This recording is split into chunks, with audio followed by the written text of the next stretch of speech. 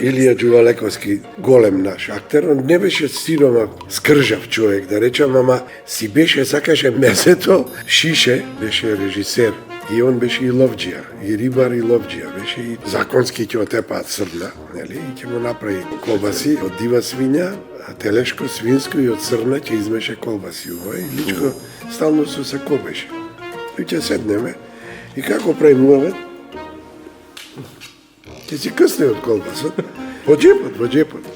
Џокица му беше студент и еден ден како да, заборај, тој новчаникот го стави на маса. И Џокица, дај да части ме, професоре, шуќе се напиете, и го викаме ова келнерот, за да платиме, и го гледа,